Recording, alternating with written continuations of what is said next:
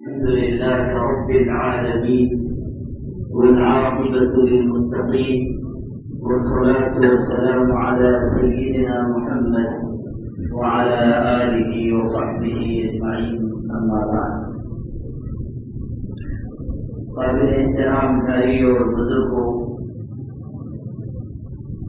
ابھی یہاں تصدیق کے ٹیسٹ کے سلسلے میں ہمارے بھائی گفتگو فرما رہے تھے اور ایمان کی عظمت اور اہمیت پر انہوں نے گفتگو کی۔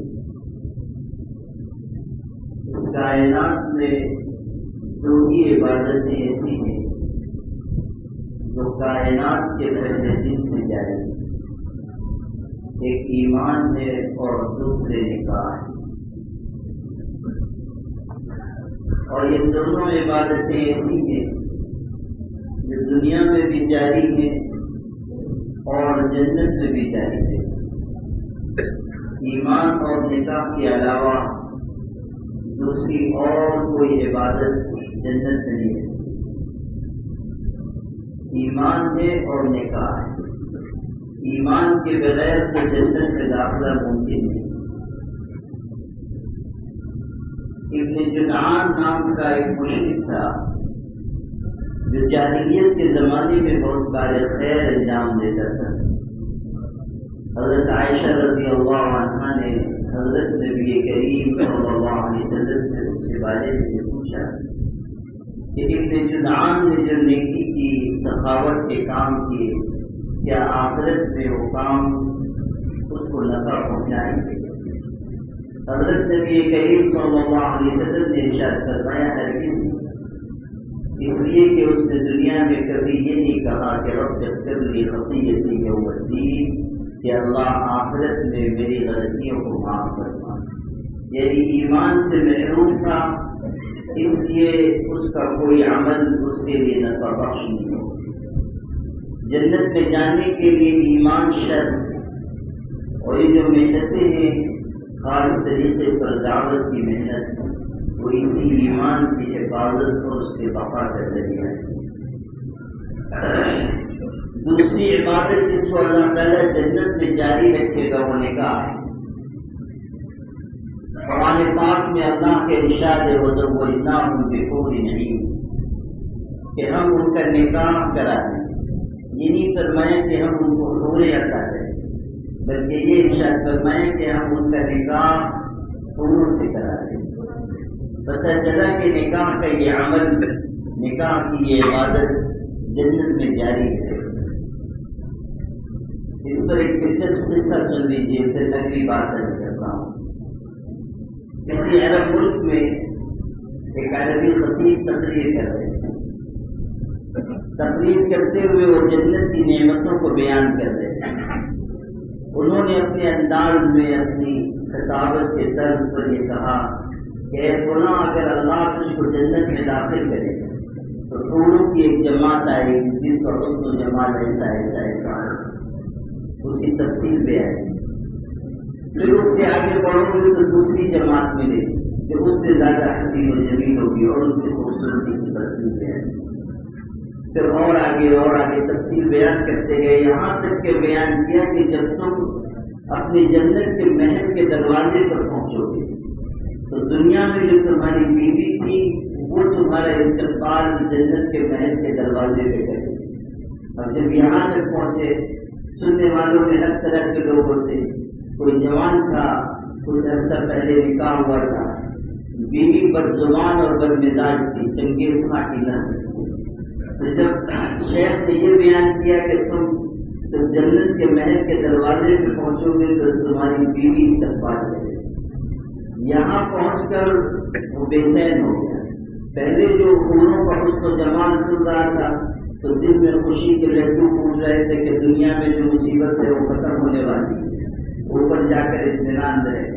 لیکن جب انہوں نے یہ بیان کیا تو وہ بے چین ہو گیا اور پریشان ہو کر اس نے عین خطبے میں کہا کہ یا شیخ تقیتا، تقریر کرنے والے سے کہتا ہے کہ حضرت اللہ کا خوف کیجیے، یہ کیا بیان کر رہے ہیں؟ پہلے جو آپ بیان کر رہے تھے وہ بالکل ٹھیک تھا، یہ آپ نے کہاں سے بیان کر دیا؟ وہ شیخ بہت ناراض ہوئے اپنی طرف سے تھوڑی بیان کر رہا ہوں، روایت میں ایسی بات ہے۔ تو وہ بھی بڑا ذہین حاضر جواب تھا، اس نے کہا ھذا حدیث ضعیف، اگر روایت ہے بھی تو کمزور روایت ہے، یعنی اگر یہ روایت آپ بیان کر رہے ہیں کمزور روایت ہے۔ تو نکاح اور ایمان یہ دو عبادتیں ایسی ہیں، دنیا میں بھی ہیں اور جنت میں بھی اللہ ان کا سلسلہ قائم رکھے گا۔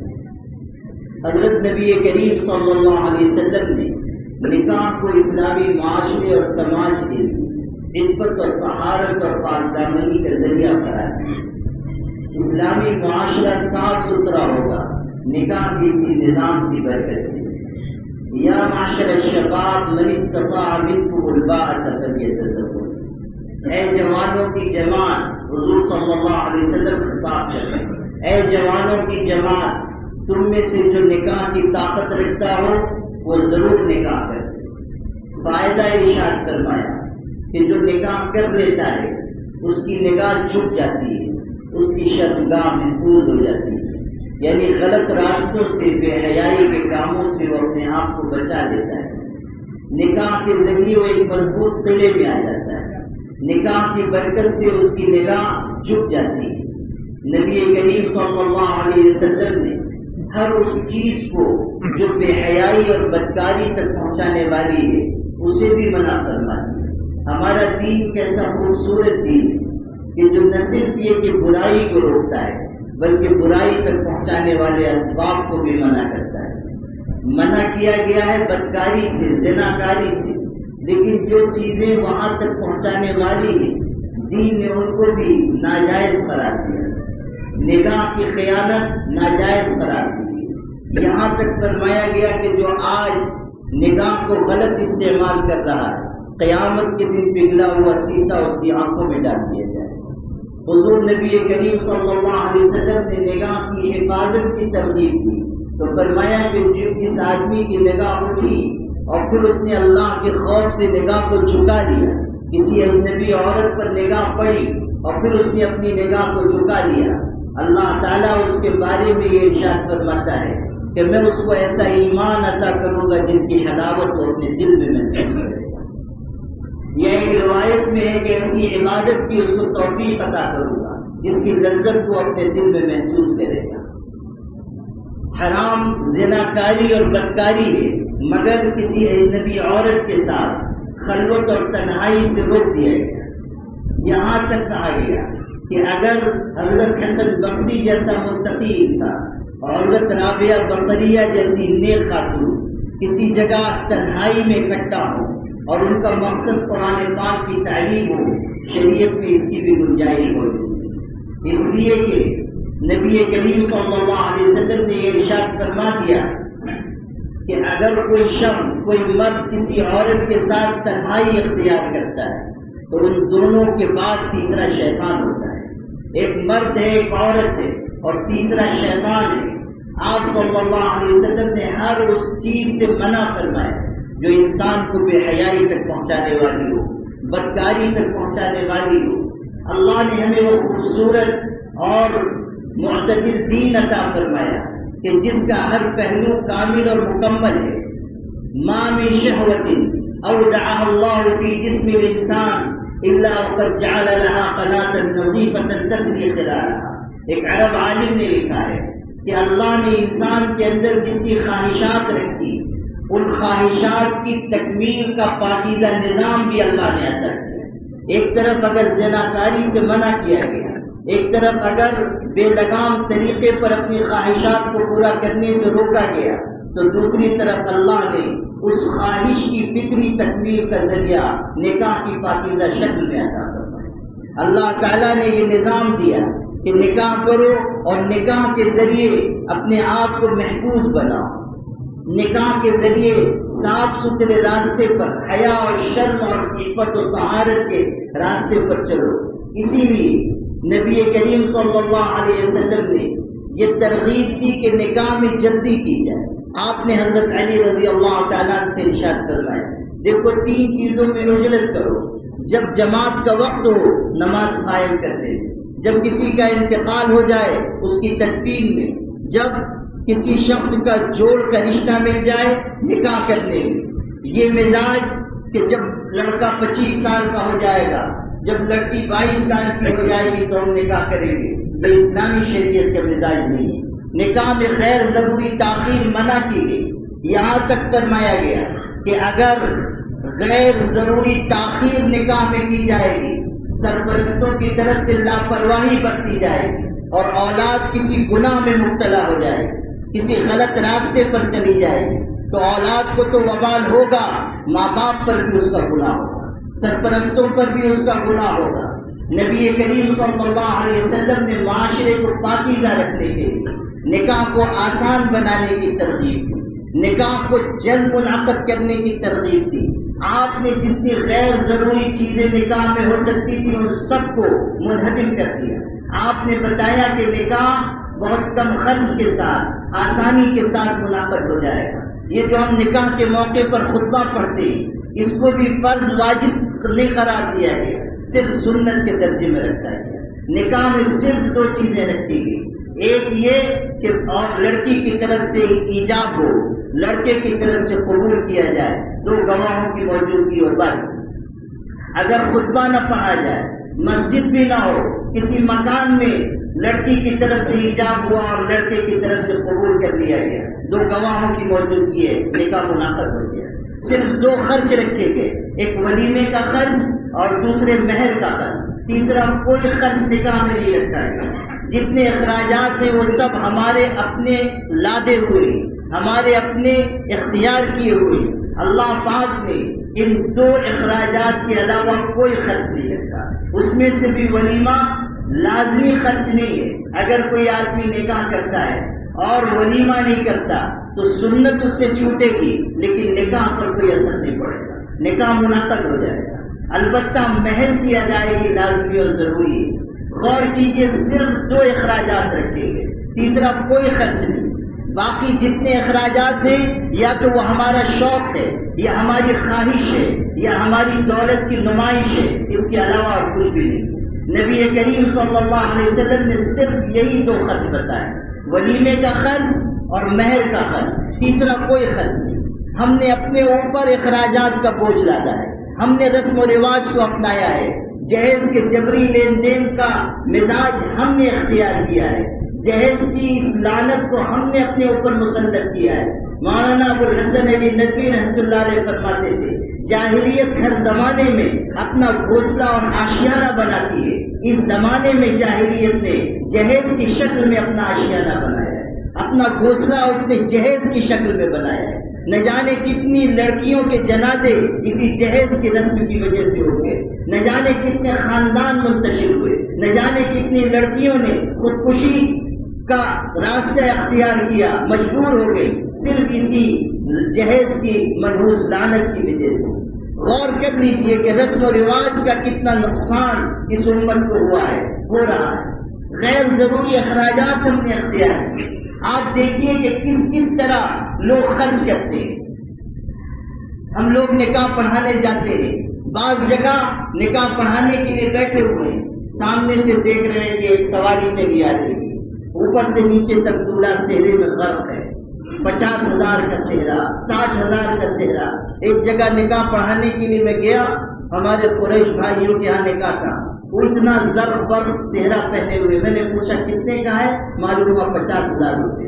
آپ غور کیجیے کہ ایک گھنٹے کے لیے، 2 گھنٹے کے لیے 50,000 روپے خرچ کر دیے۔ موٹے موٹے دعوت نامے ہم لوگ چھاپ رہے ہیں، معلوم ہوتا ہے کوئی کتاب شائع کی گئی، اس کو لیجیے ہاتھ میں تو پتہ چلتا ہے کہ شادی کا کارڈ ہے۔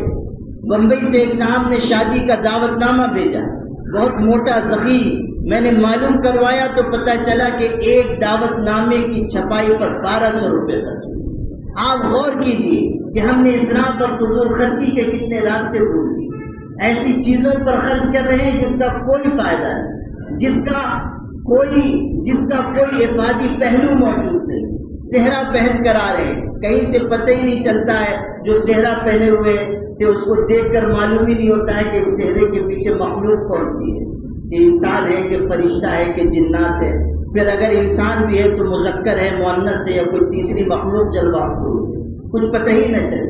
یہ جو ہم نے اپنے من سے اپنی چاہت کے مطابق مختلف قسم کی چیزیں اختیار کی، یہ اسلامی شریعت کے مزاج سے ٹکرانے والی۔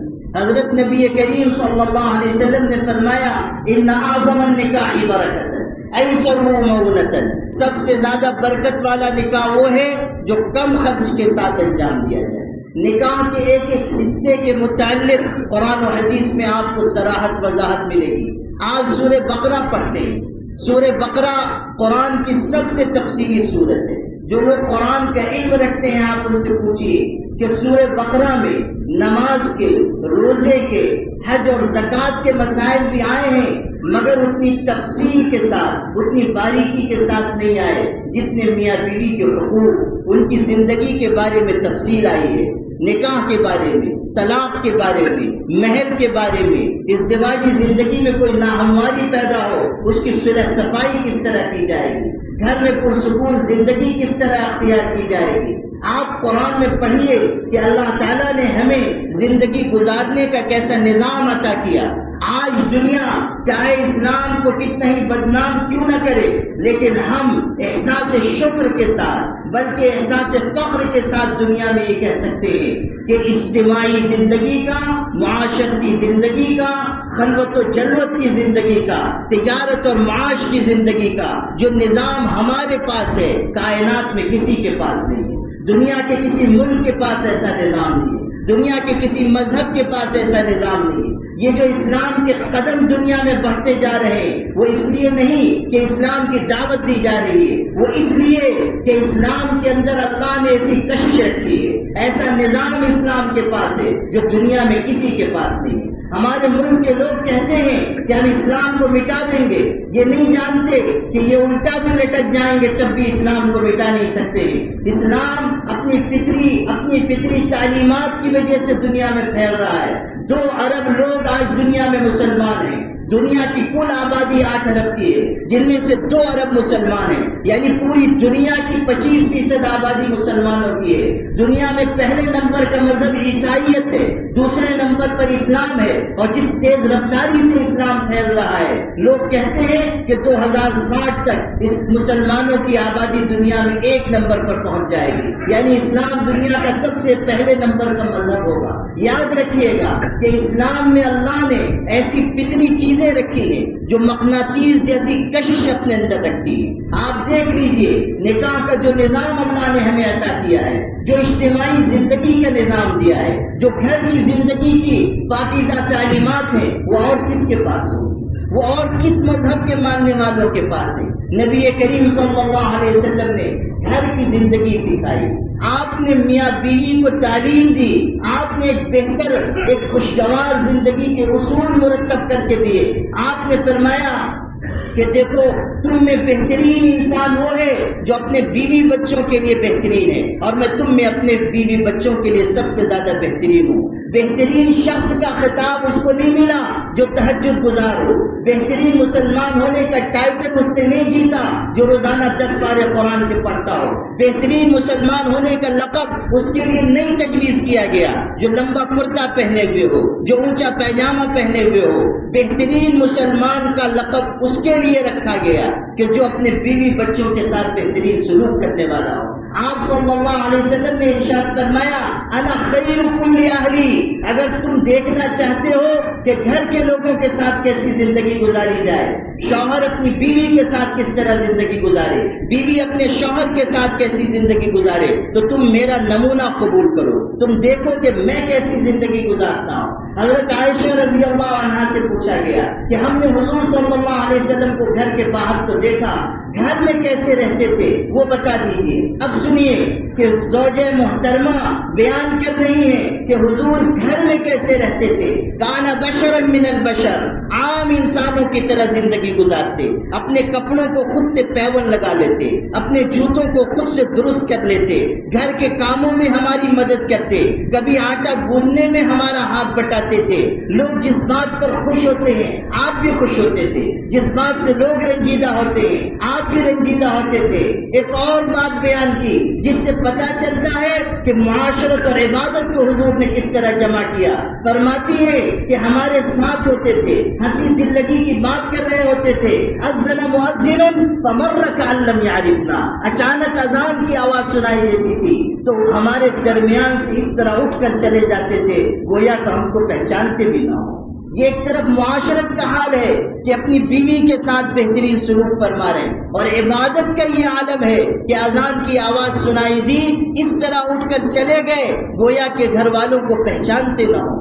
آپ تصور کیجئے کہ حضور صلی اللہ علیہ وسلم نے گھر میں کیسی زندگی گزاری۔ سیدنا عمر بن خطاب بیان کرتے ہیں کہ حضرت جب پردے کا حکم نہیں اترا تھا، حضور کھانا کھا رہے تھے، میں گزرا، آپ نے آواز دے کر بلا دیا۔ حضرت عائشہ بھی کھانا کھا رہی تھی، میں نے دیکھا کہ گوشت کے ٹکڑے تھے، آپ صلی اللہ علیہ وسلم حضرت عائشہ کے سامنے سے گوشت اٹھاتے ہیں، جہاں سے گوشت کو انہوں نے دانت لگا کر کھایا ہے وہیں سے آپ بھی دانت لگا کر کھاتے ہیں، وہیں سے کاٹتے ہیں۔ حضرت عائشہ خود کہتی ہے کہ مجھ سے کہتے تھے کہ پانی لے کر آؤ، میں لے کر آتی، آپ کہتے پہلے تم پی لو، میں پی لیتی، تب آپ صلی اللہ علیہ وسلم پیالہ اپنے ہاتھ میں لیتے، پیالے کو گھما کر وہیں سے ہونٹ لگا کر پانی پیتے تھے جہاں سے میں نے پانی پیا ہے، محبت کا اظہار فرماتے تھے۔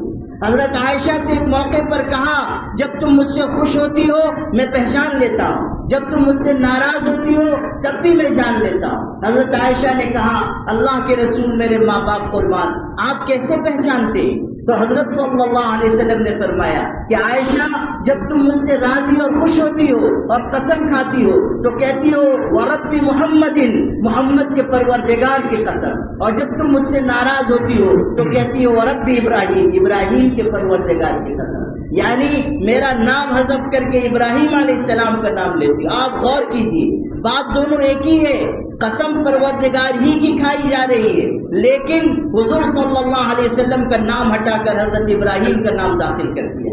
حضرت صلی اللہ علیہ وسلم نے جب یہ بات کہی تو وہ ہنس پڑی اور انہوں نے کہا لا احجر الا اسمک یا رسول اللہ، اللہ کے رسول آپ کا نام چھوڑ دیتی ہوں مگر قسم بخدا آپ کی محبت میں کوئی کمی واقع نہیں ہوتی۔ خفگی کا اظہار ہے، ناراضگی کا اظہار ہے۔ بس آپ غور کیجئے کہ حضور صلی اللہ علیہ وسلم کس طرح دلجوئی فرما رہے ہیں، کس طرح محبت کا اظہار کر رہے ہیں۔ آپ سفر میں گئے، ازواج میں سے کسی کو ساتھ لے جاتے تھے، اس سفر میں حضرت صفیہ رضی اللہ عنہا ساتھ تھی، ام المومنین ہے، ان کا قد کم تھا، اونٹ پر سوار ہونے لگتی تھی۔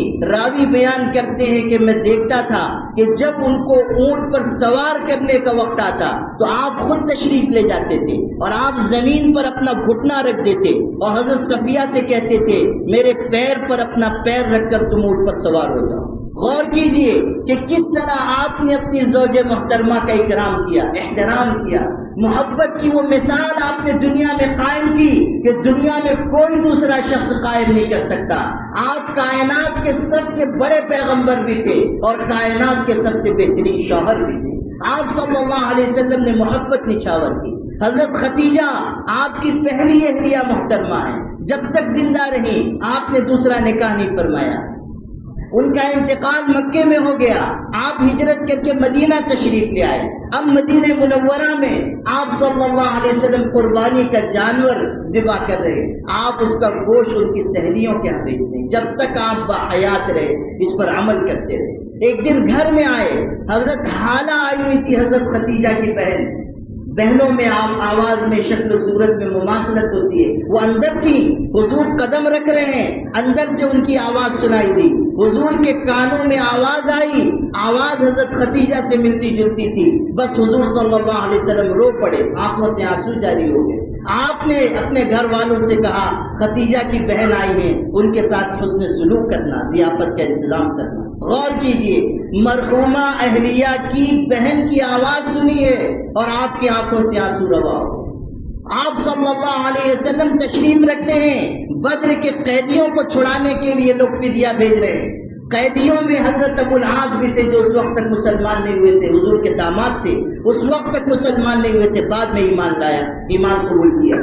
حضرت زینب نے حضور کی جو صاحبزادی تھی، بڑی صاحبزادی ابو العاص کی اہلیہ، انہوں نے ان کے فدیے کے لیے، ان کو چھڑانے کے لیے ایک ہار بھیجا، وہ ہار وہ تھا جو حضرت خدیجہ پہنتی تھی، نکاح کے موقع پر اپنی بیٹی کو دے دیا تھا۔ وہ ہار قاصد نے لا کر پیش کیا اور کہا اللہ کے رسول آپ کی بیٹی زینب نے بھیجا ہے اپنے شوہر ابو العاص کو چھڑانے کے لیے، یہ ہار لے لیجئے، ابو العاص کو چھوڑ دیجئے۔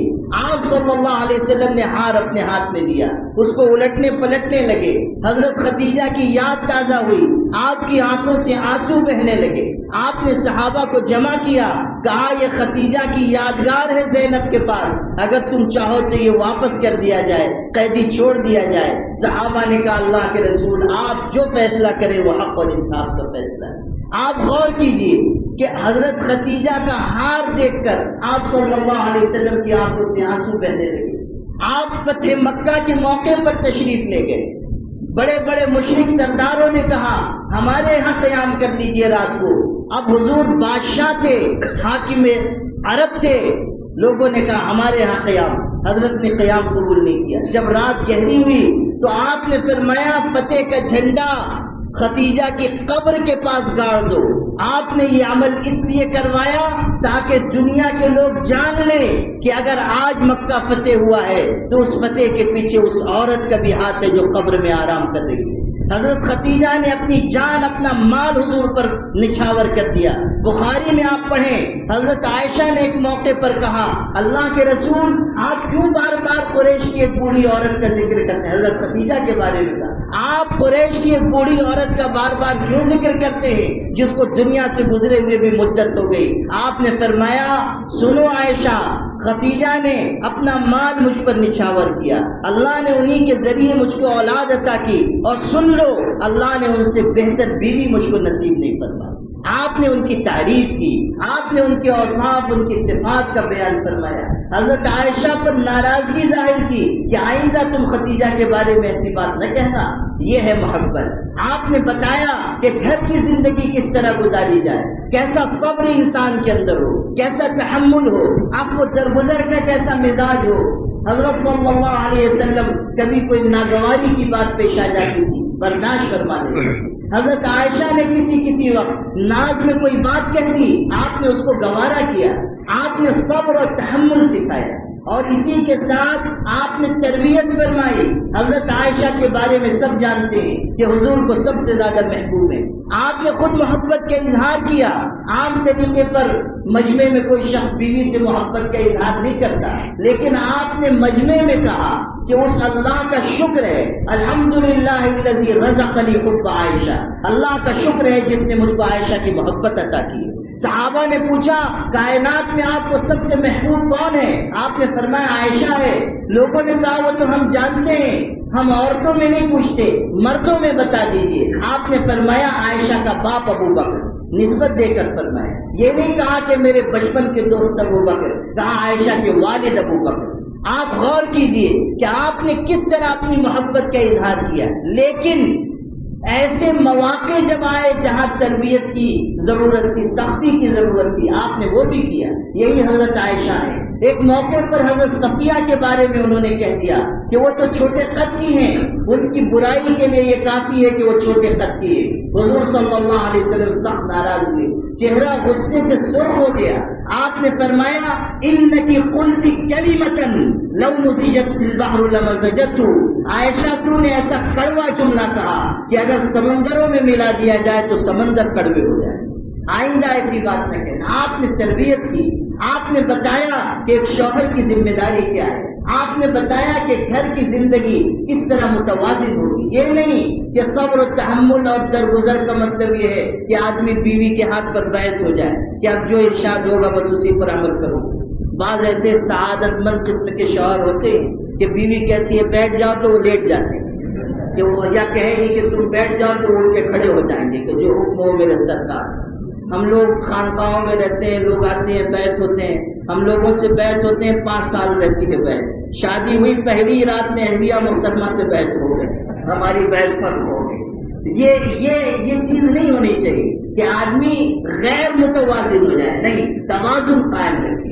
بیلنسنگ جہاں ہوگی وہ کام ٹھیک ہوگا، جہاں بیلنس بگڑے گا، توازن بگڑے گا، زندگی میں بے اعتدالی آئے گی۔ نبی کریم صلی اللہ علیہ وسلم ہمارے ایسے رہنما ہیں کہ جنہوں نے ہمیں معتدل زندگی سکھائی، جنہوں نے ہمیں میانہ روی سکھائی، جنہوں نے بتایا کہ گھر کی زندگی کس طرح گزاری جائے۔ میرے بھائیوں، میں آپ سے حدیث کے حوالے سے یہ بات عرض کر رہا تھا، خیرکم خیرکم لأہلہ، تم میں سب سے بہترین انسان وہ ہے جو بیوی بچوں کے لیے بہترین ہو۔ ایک دوسری حدیث اسی سے ملتی جلتی سناتا ہوں، ارشاد ہوا ان من اکمل المؤمنین ایمانا احسنهم اخلاقا والطفهم باہلہ، کامل درجے کا مومن، تم میں سے کامل درجے کا ایمان والا شخص وہ ہے جس میں دو خوبیاں ہوں، ایک یہ کہ وہ اچھے اخلاق والا ہو، اور دوسری خوبی یہ کہ وہ اپنے بیوی بچوں کے ساتھ نرمی کا سلوک کرنے والا ہو، محبت کا سلوک کرنے والا ہو۔ آپ صلی اللہ علیہ وسلم نے یہ اس لیے ارشاد فرمایا تاکہ ہم صرف عبادت کا دین اختیار نہ کریں، عقیدہ، عبادات، معاملات، اخلاق اور معاشرت، یہ 5 حصے ہیں دین کے، 5 شعبے ہیں، ان 5 شعبوں پر عمل ضروری ہے۔ نکاح کے بعد خوشگوار زندگی اللہ کی پسند ہے، رسول اکرم صلی اللہ علیہ وسلم کی پسند ہے۔ قرآن کہہ رہا ہے ہن لباس لکم وانتم لباس لہم، ایک لفظ قرآن نے کہا، قربان جائیے کہ قرآن نے ایک لفظ کہہ کر پورے ازدواجی زندگی کا نچوڑ بیان کیا۔ فرمایا تم اپنی بیویوں کے لیے لباس کی طرح ہو، تمہاری بیویاں تمہارے لیے لباس کی طرح ہیں۔ آدمی کپڑا پہنتا ہے سردی گرمی سے بچنے کے لیے، اپنے قابل ستر اعضاء کو چھپانے کے لیے، زینت کے لیے، اپنے آپ کو گرمی اور سردی کی حدت اور حرارت سے اور شدت سے بچانے کے لیے۔ لباس کا لفظ بتا رہا ہے کہ میاں بیوی کا رشتہ ایسا ہے کہ ایک دوسرے کے عیب کی پردہ پوشی کریں، ایک دوسرے کے لیے زینت بن جائیں، ایک دوسرے کو زمانے کی سردی اور گرمی سے، زمانے کے نشیب و فراز سے بچائیں۔ میاں بیوی کا یہ رشتہ اسی وقت خوشگوار ہوگا جب اللہ کی ہدایت اور حضرت نبی کریم صلی اللہ علیہ وسلم کی سنت پر عمل کیا جائے۔ اسی لیے خطبہ نکاح میں جو آیتیں تلاوت کی جاتی ہیں ان میں یہ بھی ہے وَمَن يُطِعِ اللَّهَ وَرَسُولَهُ فَقَدْ فَازَ فَوْزًا عَظِيمًا، جو اللہ اس کے رسول کے احکامات کو پورا کرے گا وہی بڑی کامیابی حاصل کرے گا۔ بڑی کامیابی کا مطلب یہ ہے کہ دنیا میں اللہ خوشگوار زندگی دے گا اور آخرت میں جنت عطا کرے گا، آخرت میں جنت عطا کرے گا۔ خوشگوار زندگی ایسی کہ لوگ رش کریں۔ امام احمد بن حنبل 4 اماموں میں سے ایک امام ہیں، 40 سال کی عمر تک ان کا نکاح نہیں ہوا، علم دین حاصل کر رہے تھے، پھر لوگوں نے اصرار کیا، 40 سال کی عمر میں نکاح ہوا۔ اب غور سے سنیے خوشگوار زندگی کس کو کہتے ہیں؟ حضرت امام احمد بن حنبل خود کہتے ہیں تزوجت ام صالح، میں نے اپنی بیوی سے نکاح کیا، فمکثت معی 30 سنۃ، 30 سال میری اور ان کی ازدواجی زندگی گزری۔ اس 30 سال کی مدت میں کبھی میرا اور میری بیوی کا ایک جملے کا بھی اختلاف نہیں ہوا۔ آپ غور کیجئے کہ خوشگوار زندگی کس درجے کی اللہ نے عطا کی۔ یہی ہے وہ زندگی جس کو قرآن کہہ رہا ہے کہ تم بڑی کامیابی حاصل کرو گے۔ وآخر دعوانا الحمدللہ رب العالمین۔ مزید ویڈیو کے لیے ہمارے چینل کو سبسکرائب کریے اور لائک کریے اور شیئر کریے۔ جزاکم اللہ خیر، والسلام علیکم ورحمۃ اللہ۔